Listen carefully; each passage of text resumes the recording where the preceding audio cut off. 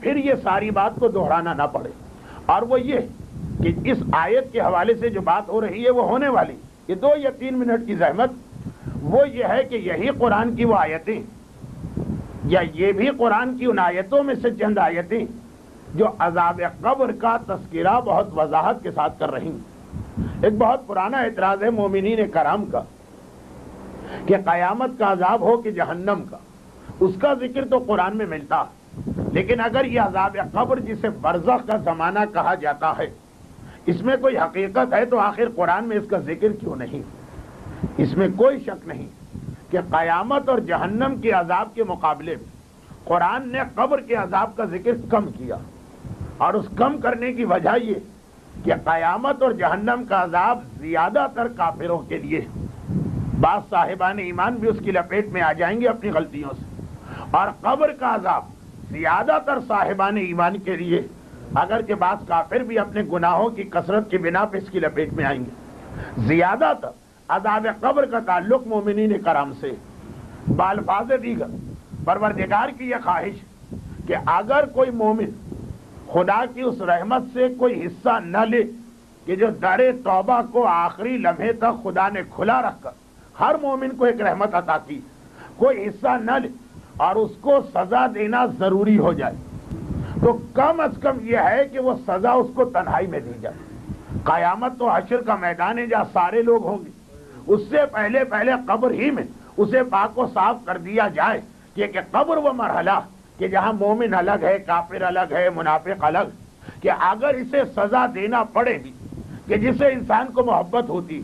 اگر کبھی ضرورت پڑے کہ اسے ڈانٹا جائے تو کوشش یہ کی جاتی ہے کہ دوسروں کے سامنے اسے نہ ڈانٹا جائے۔ تو اب اگر مومن، اول تو خدا چاہتا ہی نہیں کہ وہ مرحلہ عذاب میں داخل ہو، وہ تو مومن اپنی حماقتوں اور غلطیوں سے عذاب کی لپیٹ میں آتا،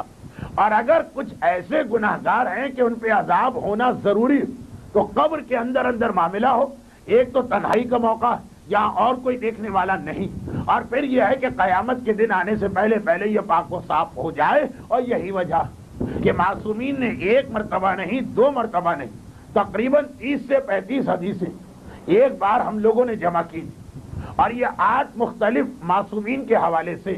کہ قیامت کے بارے میں اتنا نہ ڈرنا لیکن قبر کے بارے میں ڈرتے رہنا اور اس کی تیاری کر کے آنا۔ تو اسی لیے کہ زیادہ تر یہ مومن کا مسئلہ ہے عذاب قبر اور عذاب اور سزا۔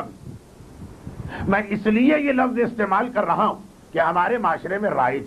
ورنہ عذاب قبر کوئی عذاب نہیں، عذاب قبر خود ایک رحمت ہے۔ اس کے قبر میں آگ سے جلایا جانا، قبر میں سانپوں اور بچھوؤں کا وجود، قبر کے اندر کوڑے پڑنا، یہ خود ایک رحمت، خود ایک رحمت۔ چاہے ابھی یہ بات سمجھ میں نہ آئے لیکن اگر موقع ملا تو ہلکا سا اشارہ بعد میں ہوگا، آج کا موضوع بدلنے نہ پائے اس لیے بات کو روکتے ہو۔ تو عذاب قبر چونکہ مومن کا مسئلہ، چنانچہ قرآن اس کی تفصیل میں نہیں جا رہا، بنیادی طور پہ قرآن غیر مسلم کو دائرہ اسلام میں لانا چاہتا، چنانچہ زیادہ ذکر اس قیامت اور جہنم کا ہوا جس کا تعلق غیر مسلم سے،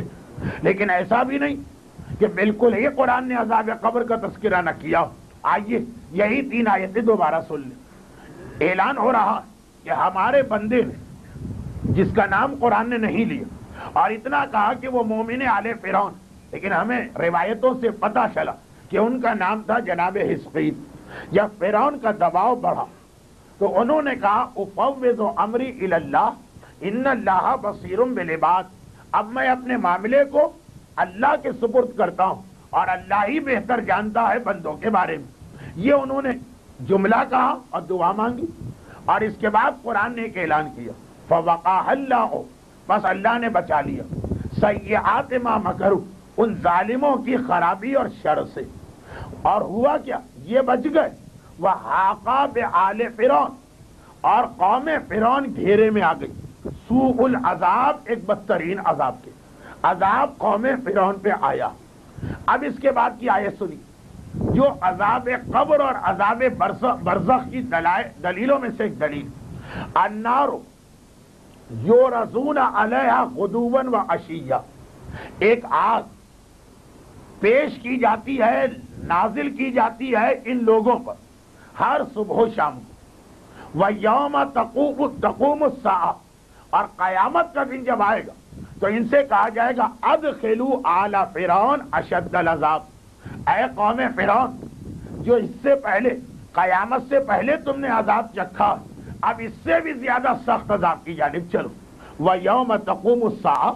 قیامت کا دن آئے گا، ادخلوا آل فرعون، اے قوم فرعون داخل ہو جاؤ اشد العذاب، پرانے عذاب سے بھی زیادہ سخت عذاب میں۔ تو بہت واضح طور پہ قرآن نے اعلان کیا کہ قیامت کا عذاب ایک عذاب جو زیادہ سخت، اور اس سے پہلے آج کل صبح و شام بھی اس قوم پہ عذاب بھیجا